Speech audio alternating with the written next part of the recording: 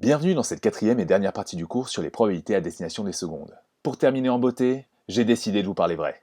En effet, ici nous allons faire s'affronter la théorie et la pratique, ce que nous appelons sobrement en mathématiques des fluctuations. Je vous explique que vous allez voir, c'est très simple. Prenons une expérience aléatoire. Répétons-la plusieurs fois, en vrai, hein. Enfin, pas forcément, je vous montrerai dans une vidéo de méthode comment faire pour simuler tout ça. Observons l'échantillon obtenu. Et rebelote. Ça veut dire qu'on répète tout ça. Et on compare les échantillons obtenus. What? Non mais c'est pas possible! Non, les échantillons sont pas forcément identiques? Bon, c'est possible, hein, mais pas tout le temps, quoi. Bon, bah ça, on appelle ça la fluctuation d'échantillonnage. Je vous sens sceptique. Bon, je vais donc, devant vos yeux ébahis, vous illustrer mon propos, avec un lancer de dés. Je vais lancer ce dé 10 fois, et répéter l'expérience 2 fois. Allez, première série de lancers. 1, 3, 4, encore un 4, 6, 5, encore un 4, un deuxième 6, 2 et encore 2. Et c'est y part pour la deuxième série, 5. Bon, ça commence pas de la même manière, hein. 3, 2, 3, 4, 3 fois 1, 5 et 6. J'ai donc deux échantillons de taille 10 et ils sont différents. Bon, on va continuer sur notre lancée en abordant le concept de fréquence observée. Alors là, attention, c'est chevelu. On va observer une fréquence. Bon, je vous rappelle rapidement. Hein. Une fréquence, c'est le nombre de fois où apparaît une issue ou un événement sur la taille de l'échantillon. Donc, on prend cette fréquence et on la compare avec la probabilité théorique. Et comme par hasard, il y a une différence. Là encore, reprenons l'exemple des lancers de dés. Donc, c'est nos deux lancers de tout à l'heure.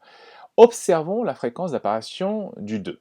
La première série de ce lancer, on obtient 2 fois cette issue. Sur 10 lancers, ça donne une fréquence de 0,2, de dixième, 0,2. Si je m'intéresse à la probabilité d'obtenir le 2, sachant que mon dé a 6 faces et que le 2 n'est que sur l'une d'entre elles, j'ai une probabilité d'obtenir de 1 sixième, ce qui est environ égal à 0,17. Donc on remarque déjà qu'il y a une différence. 0,2, c'est pas la même chose que 0,17. Prenons la deuxième série. Cette fois-ci, seul un lancer a vu l'apparition du 2, ce qui nous porte notre fréquence à 0,1, un dixième. Encore une fois, la différence, elle saute aux yeux. 0,1, c'est pas la même chose que 0,17. Mais que se passe-t-il si je réunis mes deux séries? Donc là, j'ai 3 2 sur mes 20 lancés, ce qui donne une fréquence de 0,15. Mais dis donc, on se rapprocherait pas un peu de la probabilité là? Eh bien si. Et ça va me permettre de vous parler de la suite. Donc, posons tout ça. Prenons une expérience aléatoire. Faisons cette expérience et étudions un échantillon de taille n. Considérons dans cet échantillon une issue ou un événement. Comparons alors la fréquence avec la probabilité. On remarque que plus n est grand, plus cette différence est petite. Au passage, tenez, c'est cadeau, il y en a plus, je vous le mets quand même. C'est une première approche de la loi des grands nombres. Classe le nom, non? Donc, on peut dire que mathématiquement, que la valeur absolue de la différence entre la fréquence et la probabilité est inférieure ou égale à l'inverse de la racine carrée de n. Autrement dit, la fréquence se situe dans un intervalle compris entre la probabilité moins 1 sur la racine carrée de n et la probabilité plus 1 sur la racine carrée de n. Cet intervalle, on l'appelle l'intervalle de confiance car on estime que 95% des fréquences observées seront dedans. Et tout ça, ça nous permet, grâce à un grand nombre de fréquences, quand on connaît la taille des échantillons, de se faire une estimation de la probabilité d'une issue ou d'un événement.